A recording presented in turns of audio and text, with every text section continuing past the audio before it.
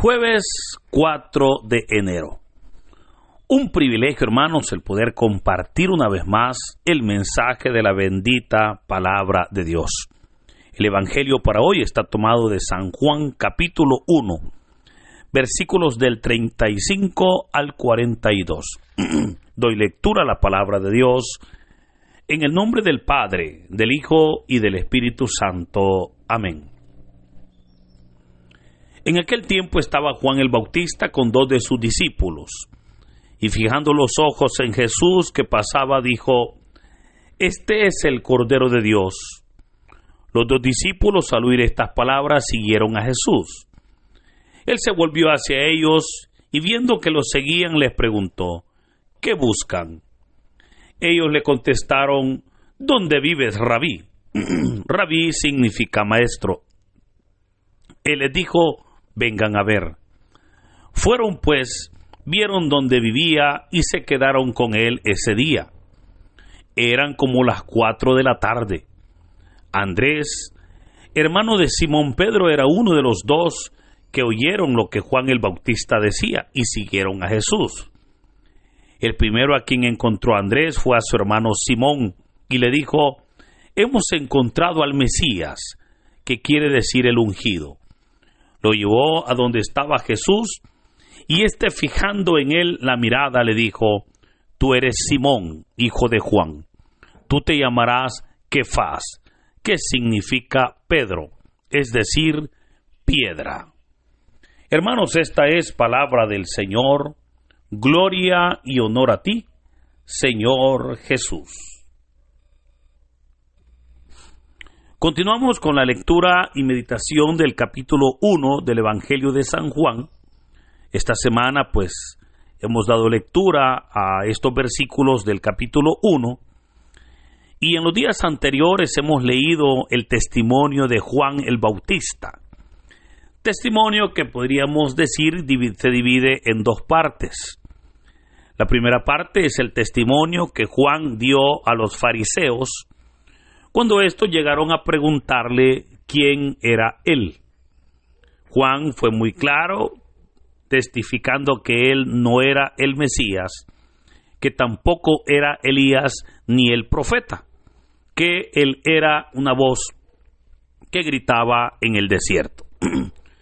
Pero luego, el siguiente día, Juan ve a Jesús ir hacia él, y es ahí donde Juan va a dar su testimonio ahora a sus discípulos, cuando les dijo: He aquí el Cordero de Dios, el que borra los pecados del mundo.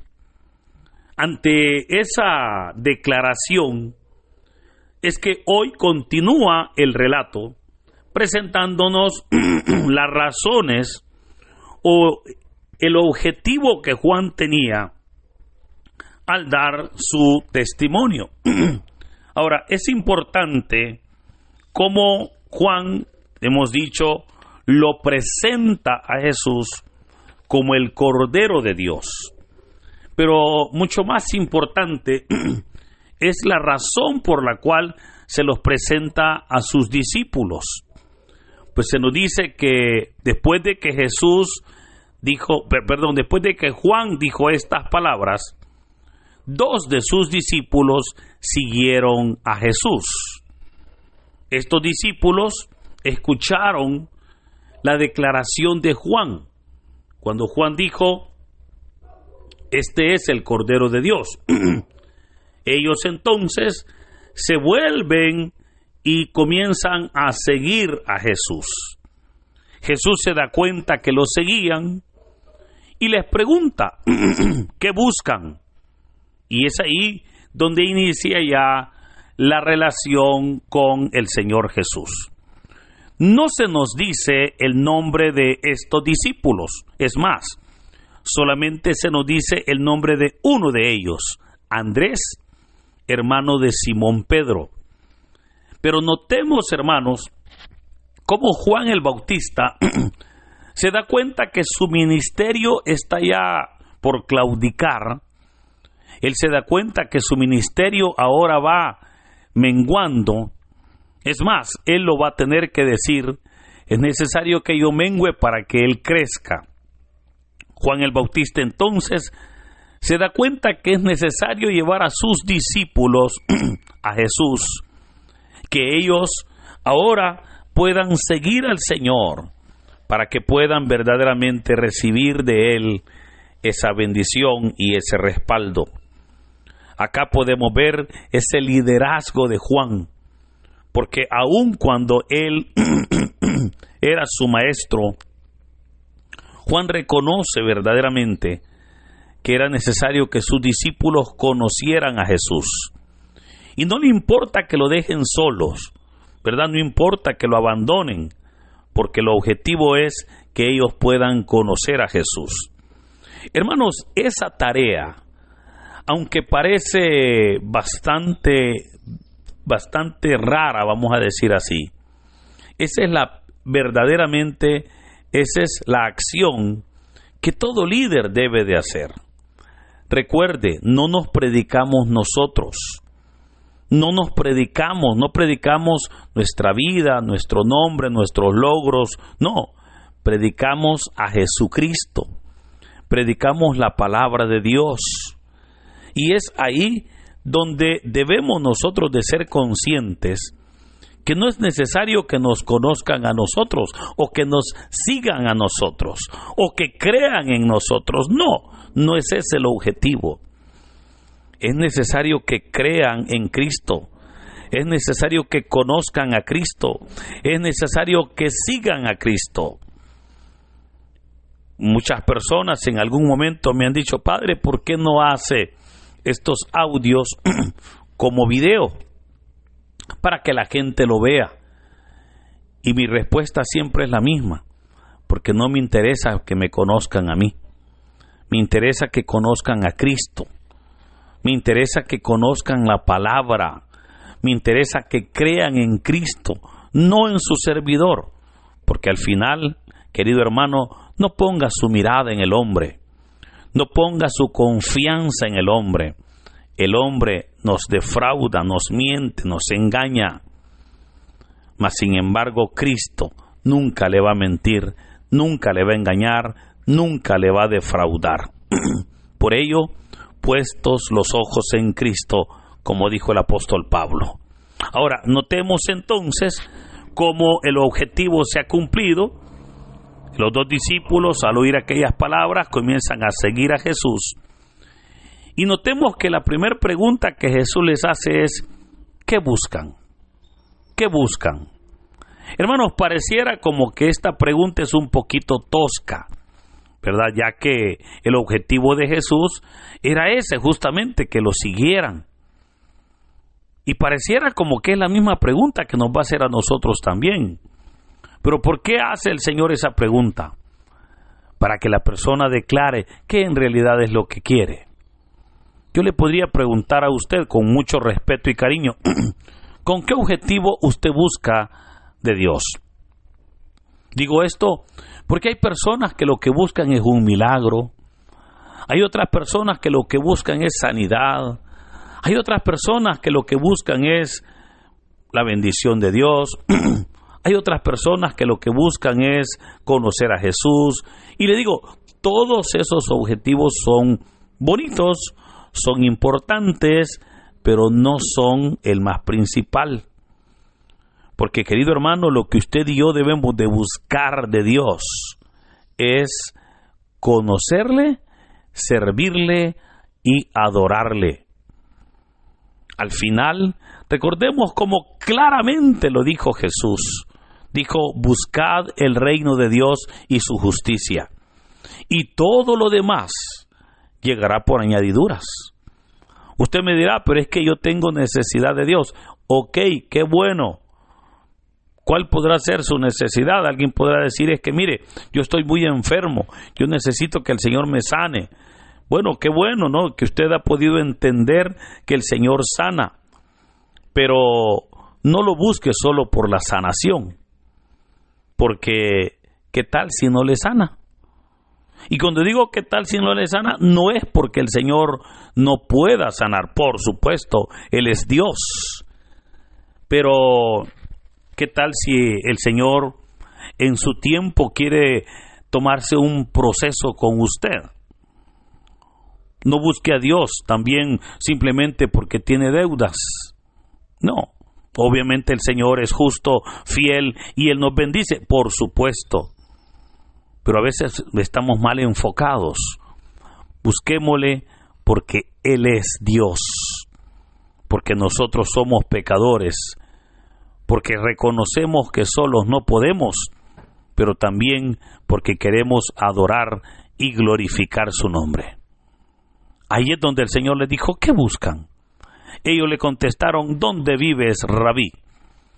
Esta respuesta debemos de entenderla en el contexto del primer siglo. En el primer siglo, hermanos, y especialmente en Israel, habían muchos maestros que lo que hacían era que los discípulos se iban a vivir con ellos. O sea, hoy en día un discípulo o un alumno ve a su profesor en las horas clase. Y bien nosotros decimos, ¿verdad?, que fuera del salón, obviamente fuera del salón de clases, pues ya no hay responsabilidad.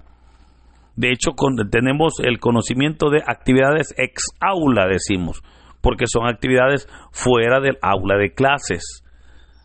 Pero en el siglo primero, los discípulos se iban a vivir con el maestro y aprendían de él todo, porque el maestro les enseñaba en todo momento. Por eso ellos ahora le dicen, ¿dónde vives? Mire que dice la palabra que él les dijo, vengan a ver. Y fueron ellos a ver. No sabemos, hermanos, dónde o a qué lugar el Señor se refería. Pero sí sabemos que era un lugar, porque vea que dice, fueron pues, vieron dónde vivía y se quedaron con él ese día. O sea, el Señor lo llevó a algún lugar. No sabemos, ¿verdad? A lo mejor era alguna casa en Cafarnaúm. No se sabe dónde era. Y tampoco podemos decir que era la casa de Pedro, porque ahorita todavía no ha llamado a Pedro. Va a ser más adelante que se cree, como le he dicho en otras ocasiones, que fue en la casa de Pedro donde Jesús puso como su centro de operaciones. Pero en este momento pues no sabemos dónde vivía, pero lo que sí es que el Señor tenía ya un lugar donde se había ubicado, a lo mejor en la ciudad de Cafarnaúm.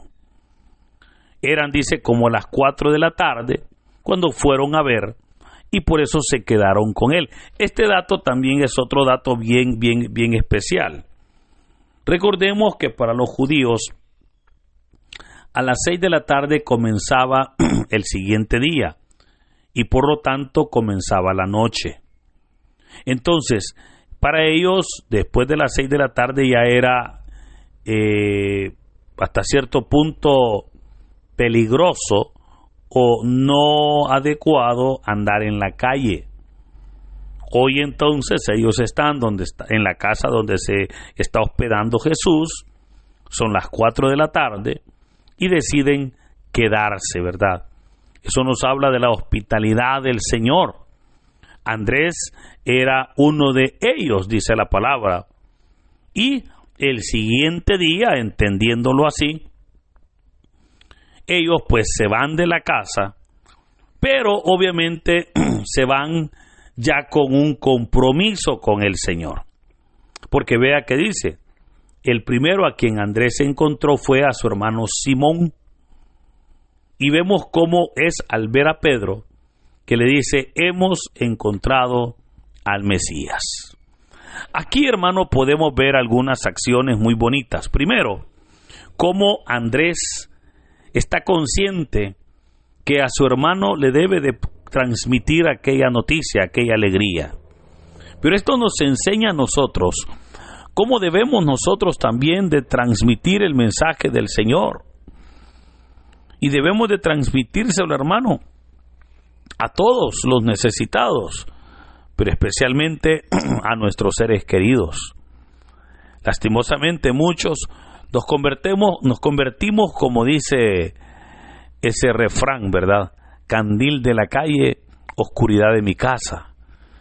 le predicamos a mucha gente en la calle, le anunciamos, le hablamos de Cristo, pero pareciera como que en la casa nos da pena, pareciera como que a la familia no mucho, ¿verdad? Le hablamos del Señor. Andrés está transmitiéndole ese conocimiento a su hermano y le dice: hemos encontrado al Mesías. Ahora, ¿por qué Andrés le llama el Mesías?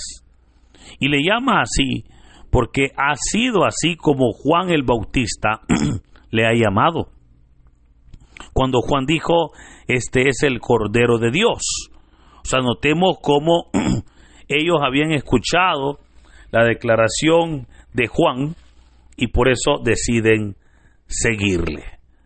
Ahora, los llevó, dice la palabra, donde estaba Jesús, y o sea, el Señor, fijando en él la mirada, le dijo: tú eres Simón, hijo de Juan. Notemos cómo el Evangelio de San Juan, que es este que estamos leyendo, nos presenta el llamado de Pedro de una manera directa, sin andar con tantos preámbulos. El Evangelio de Mateo sí nos lo va a presentar, que se dio después de una pesca milagrosa.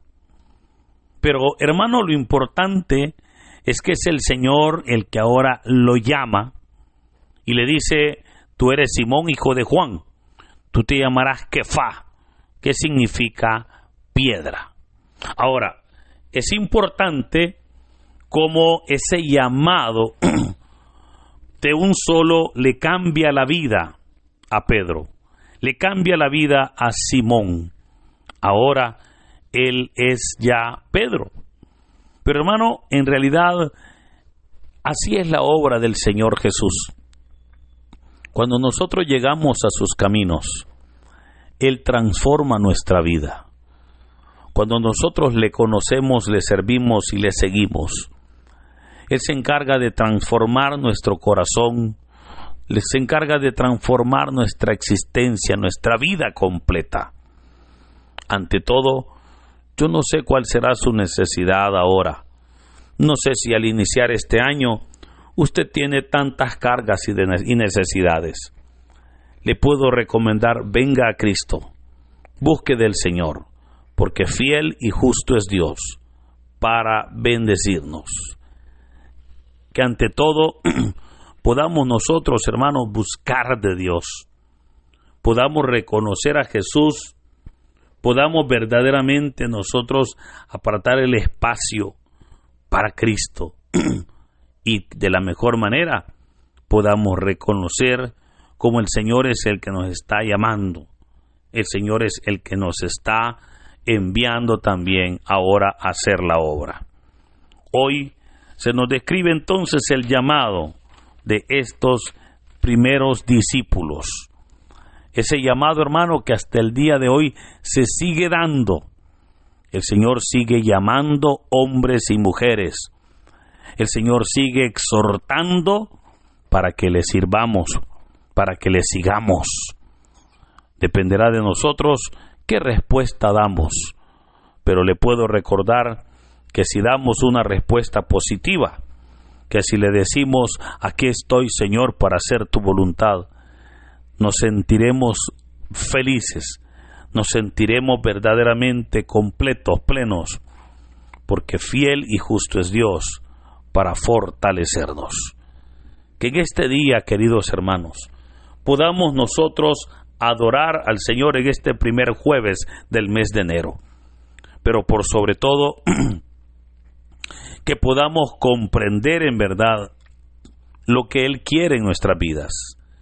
Así como Andrés, que podamos seguirle, para que al seguirle, su presencia, sus bendiciones sean una realidad en nuestras vidas.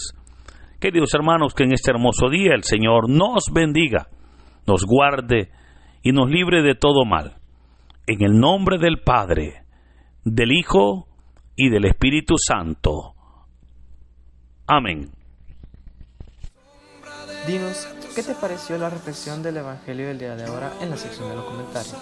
Si eres nuevo, te invitamos a que formes parte de esta comunidad y compartas el Evangelio no solo a tus seres queridos, sino también a otras personas que estén necesitadas de escuchar la bendita palabra del Señor. Recuerda darle like a este video, suscríbete si aún no lo estás, ya que subimos videos todos los días. Así que muchas gracias y que Dios Todopoderoso nos acompañe hoy, mañana y siempre. Me ha sostenido.